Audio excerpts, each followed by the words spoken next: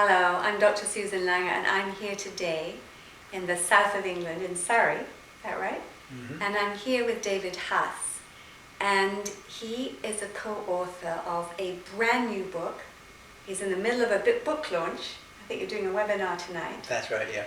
And it is called An Integrative Approach to Treating Babies and Children, a Multidisciplinary Guide. And it's pretty amazing. It's a big, thick book, edited by John Wilks. I know you can't see it from here, but it is on Amazon. Is that right? Mm-hmm. And we're going to be working with little clips because David has authored 2 chapters in it.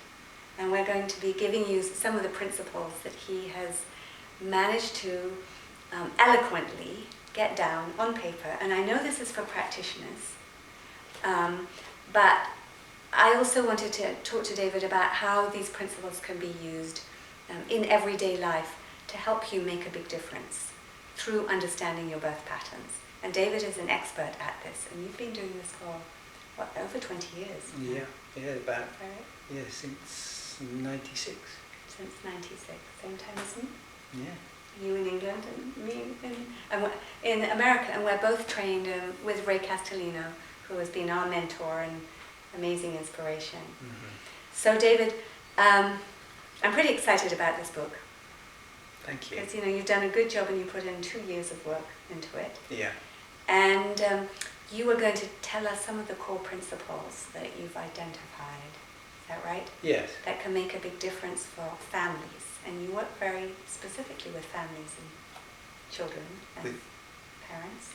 Yes.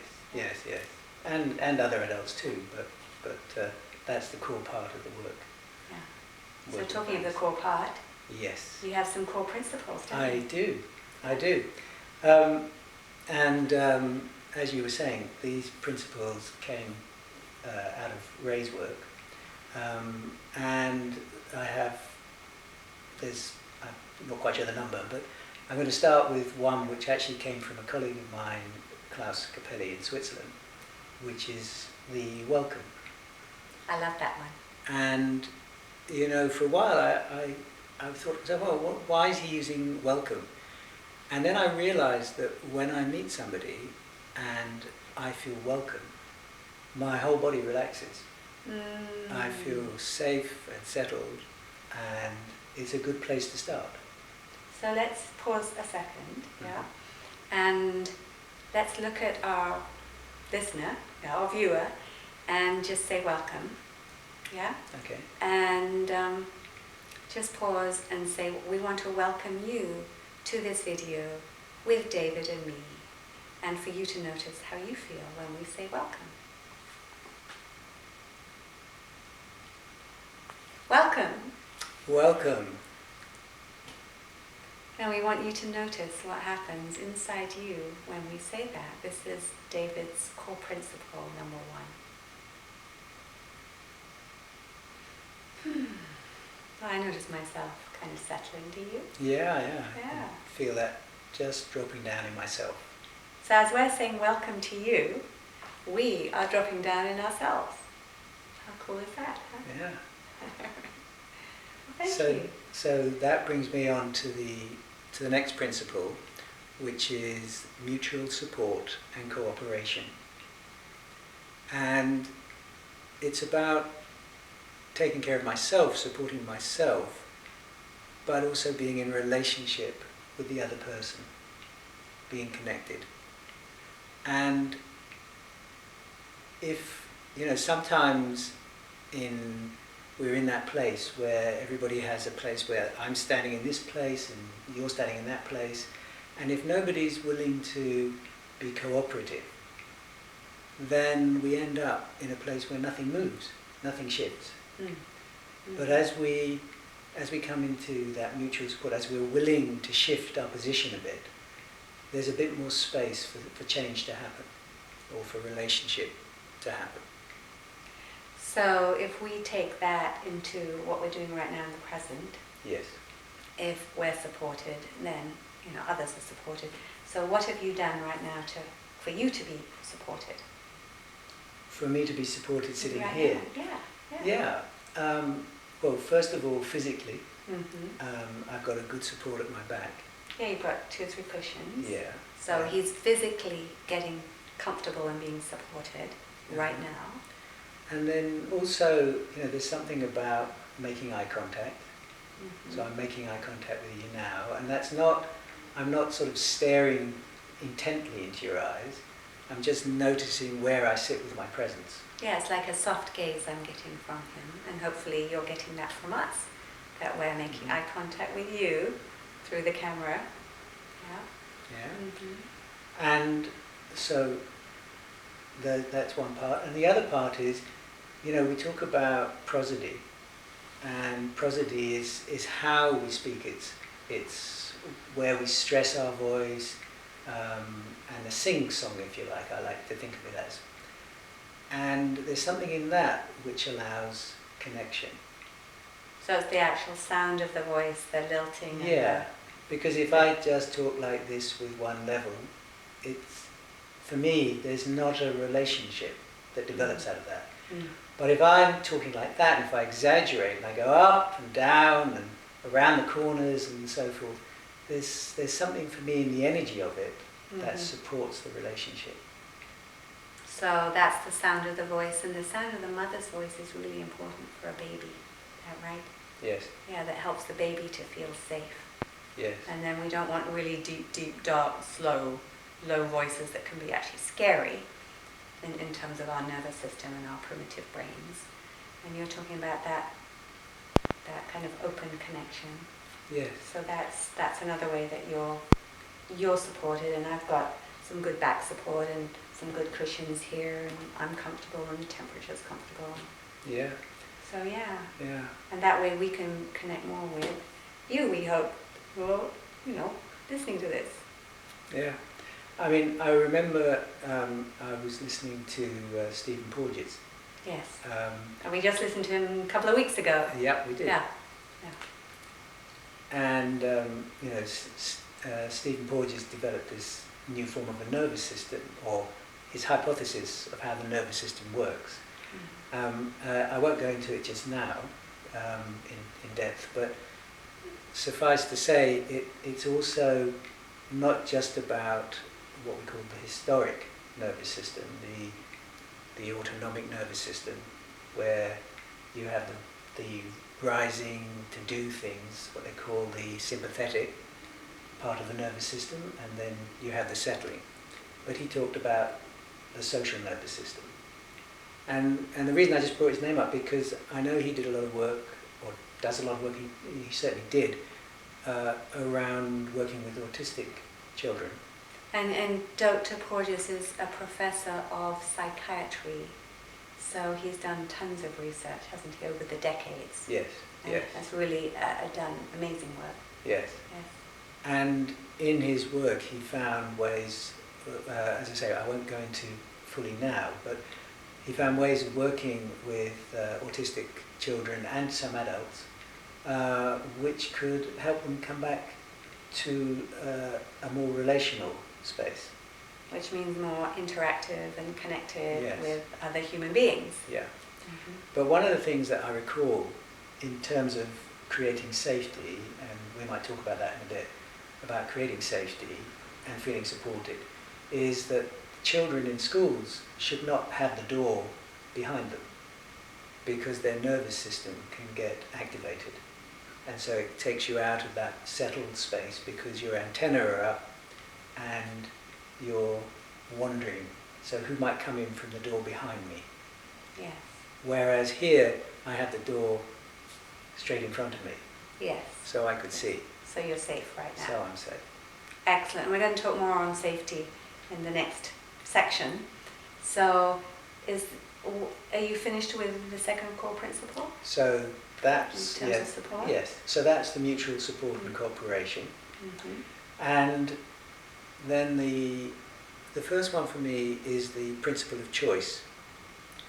And it's, for me, the principle of choice has many layers. For example, it's important when I'm facilitating in a workshop, if somebody is asked to do something, I will always say to them, it's important that you really feel that you want to do it. It really is a yes, and it comes from within you. Because I suggest a lot of us are used to saying yes when we really mean no. And if you imagine what that means, the yes is coming from here, and I suggest the no is coming from our embodiment, from our body. So here? Yeah, it's what we would call a felt sense, a feeling in the body that actually I don't want to do that, or I'm not sure.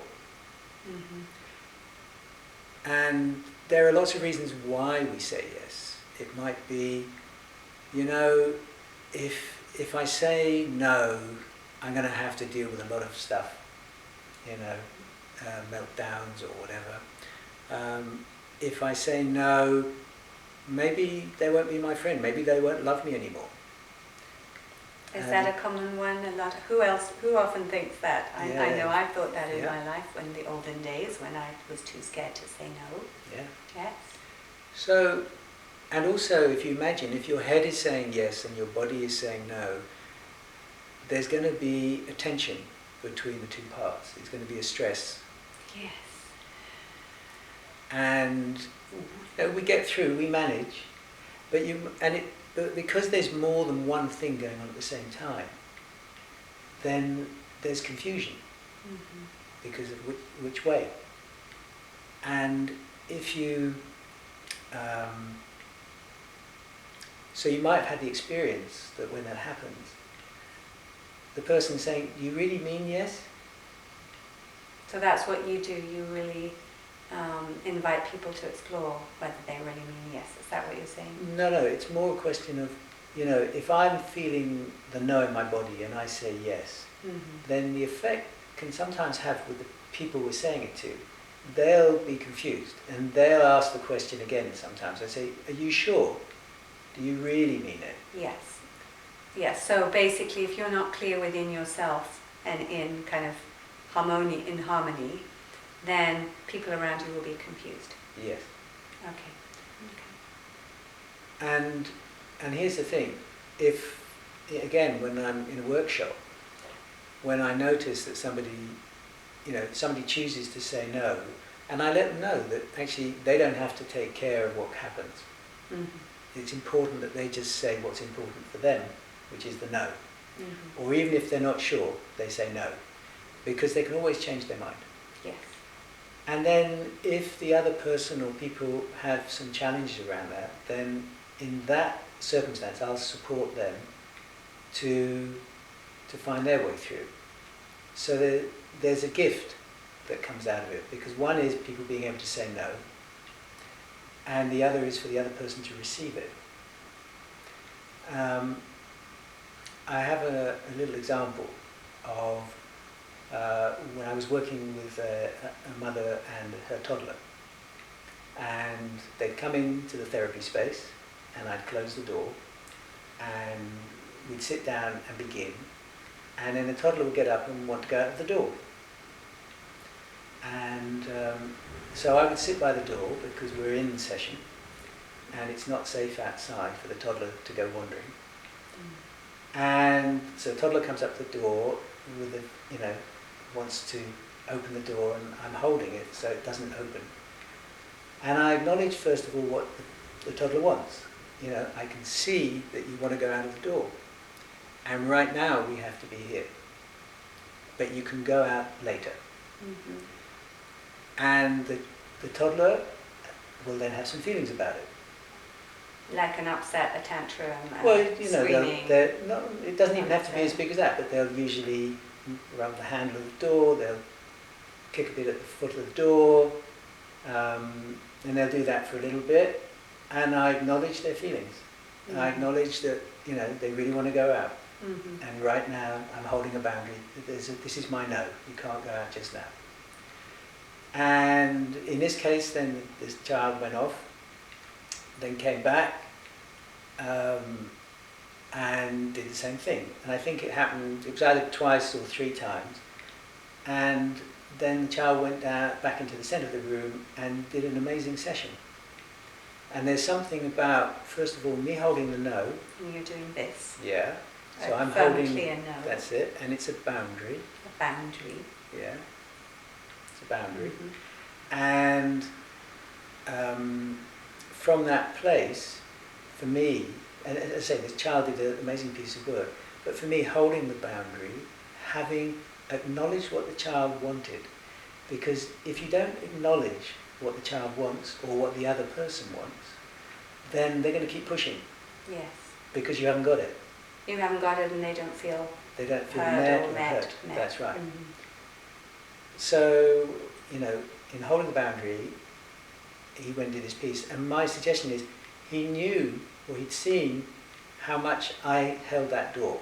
Mm-hmm. And for me, there's a sense of feeling this door's being protected. Mm-hmm. And that creates another layer of safety in the room.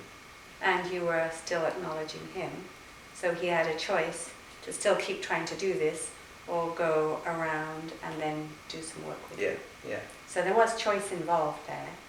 Yes. Because that's one of your, this is the principle we're talking The about. principle of choice, yeah. The principle Yeah. of choice. So Great. that's it. My principle of choice was holding the door, Yes.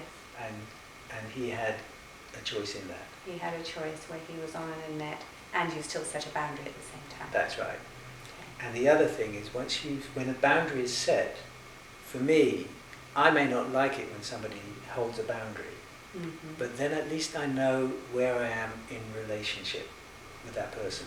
I know what the boundary is, and I can orient to it. Yes, yes. So this is an important principle.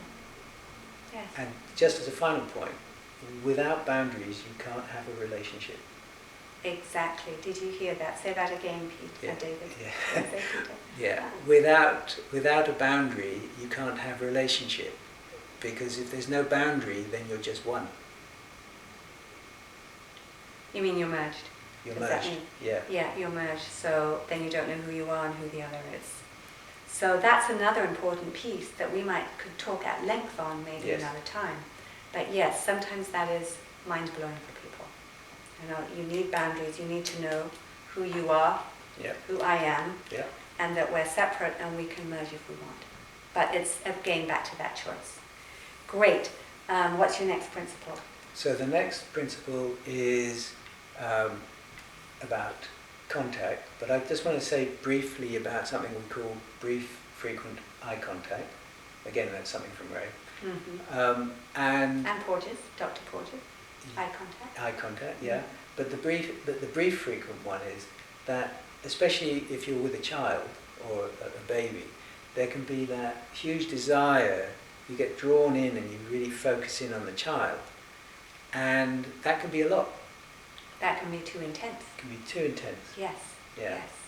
And it's, when a couple are together or there's somebody else, just by, making eye contact for a moment or two, Mm-hmm. and then moving my attention back Yes. to whatever, just slowing it down and making statements like that can be really supportive, so it doesn't overwhelm. Yeah, that's a really good point. That's very good for young parents to know, isn't it? Because if the baby starts to turn away, that baby is saying it's too much. That's right. Yeah. That's right. And if you don't get it, that's when the baby will probably hit their place of crying or shut down Yeah. or so on. Yeah. Yeah. Great. So contact. So contact, and just to say, with Stephen Porges is, as I said earlier, that's the connection with the social nervous system. Yes. And he uses this long word, the muscle around the eye, the orbicularis oculi. That's the one. Which Yeah. is the bonding, connecting mother and baby. Yes. That's it. All right. Yeah. All right. Making contact, and again, when we're working in therapy with making contact, we can pay attention to how we make the contact and how we slow it down, so that it's not a shock. If you imagine, if you were walking down the street and somebody just came up behind you and touched you, you'd probably jump. Inside Yes. yourself at least, you'd probably jump. Mm-hmm. And it's because it's come out of awareness. It's not something that you're familiar with. Yeah. What we try and do is always, ask permission if we can in a session, You know, is it okay if I do this? And again, the person has choice. They can say no. And we teach people, not just in a session, but in real life, that, to do that all the time. Yeah. Is it okay? Yeah. And I know we've got some more principles before we complete this, yes? Yes, we have. We have. Okay, what would be next? So the next one is the principle of self-regulation, or the pause. Pause, that's a good one. Yeah. Yes. And for me, I think this is one of the more powerful ones. Mm. If you've ever had the experience of being with somebody and you can feel yourself starting to tighten, starting to get upset inside, about to run out the door perhaps, or maybe even get into a place where you're going to feel angry. What we might normally do is we just keep going, because that information continues to come at us until we lose it, and we go through one of those things. We go into a collapse and floods of tears, or we say get angry, or we run out the door, or what have you. The net outcome is that the relationship breaks down. And ideally, if I'm saying something to you and it's strong, I really want you to stay around and hear it. Mm-hmm. Because if you run out the door, or if you get angry back, I lose that possibility. So what we have in this work is we have the pause. And the pause is said to be, it's not about controlling the other person. It's more about, I'm just taking care of myself. And what happens when somebody asks for a pause or a stop is everything stops. That's the agreement. That's the agreement. This is if we're teaching a workshop or working with a family, and that's what we encourage you to practice doing. Yeah. So it's the agreement that's set up within the group. It's set up within the group, or within the family, where families use this, or even in the workplace. Yes. If you have this, then what happens is if I call a pause and everything stops, all the triggering things that are touching those pieces in me, which are starting to get activated, and where we go into overwhelm. Yeah. Mm-hmm. Those, once we call the pause and the trigger stops, they can settle. And when they settle, and then I can say, okay, now you can tell me some more, or go on. Mm-hmm. And what we're doing is we're breaking down the information so that I can take it in and process it and integrate it in myself. And then I can stay in a relationship and respond back to you. Yes, so let's pause just right now. Because we're covering a lot of information here, and we want you to be able to take it in. So when we pause,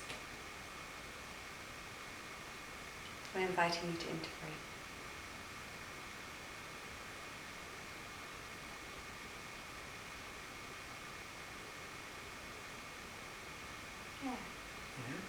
So giving you a little mini example, and how are you now that we've paused a little? Yeah, so as we paused, I start to settle a bit in myself.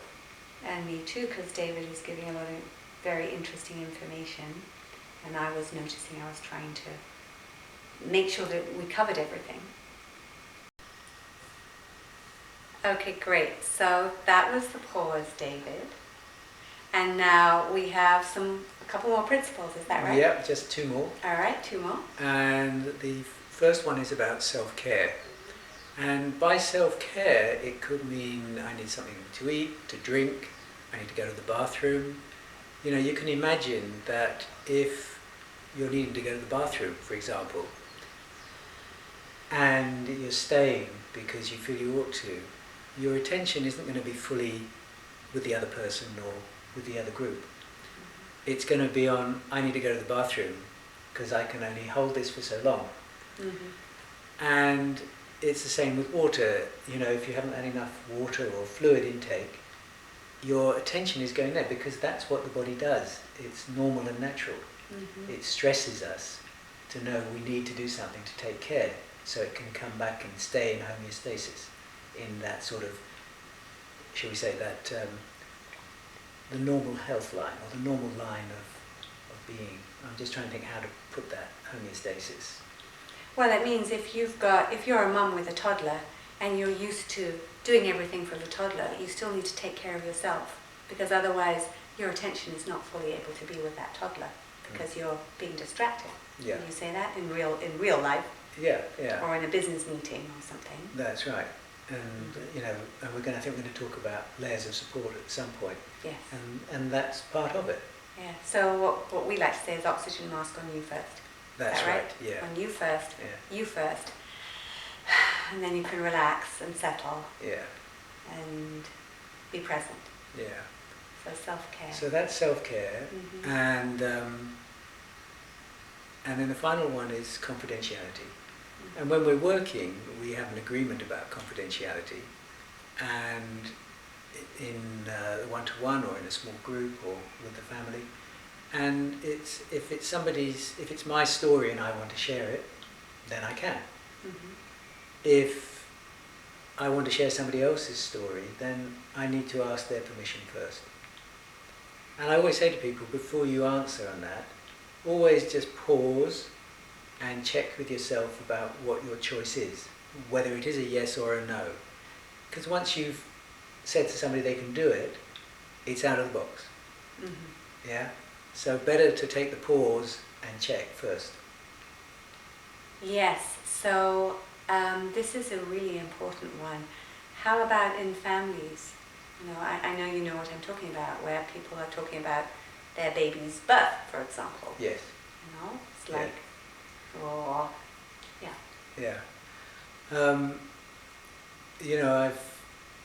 You can see sometimes with little ones, and Ray mentions this as well, about how little ones, they might be fast asleep. And then, as happens in our societies, people are really wanting to share about this wonderful new being and how they came into the world, and they might do it with whoever asks. And sometimes, for example, the parent will be talking about what happened during labour and what happened for the baby's birth, and the baby who was fast asleep will start to come back to consciousness, and maybe say something about it. So it's really just checking. Some of these things, giving birth and labour is a very intimate process between mum and baby. And, when you're going to start sharing it with the community, it's good to be clear that's really what you want to do. Yes, or even an older child, that their own container needs to be respected. Yes. Their own sense of self. Yeah. Great. So that's your final principle. That's the final principle. And these are the principles that help people. Yeah, that help.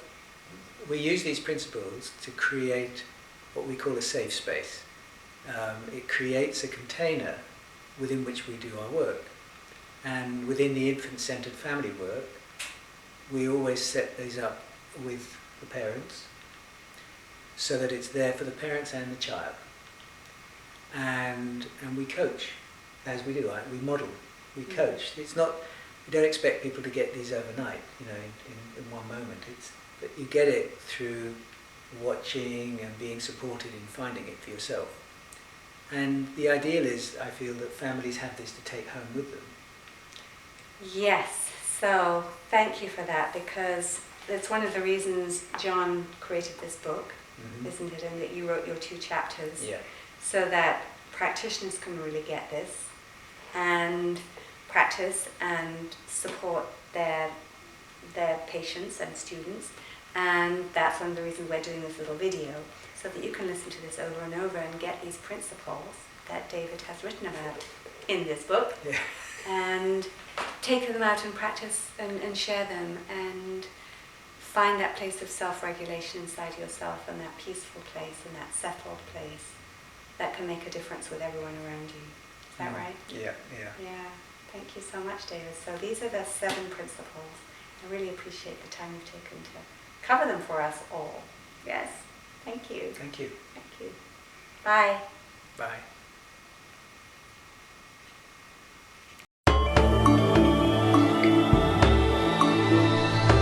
meridianholistichealth.com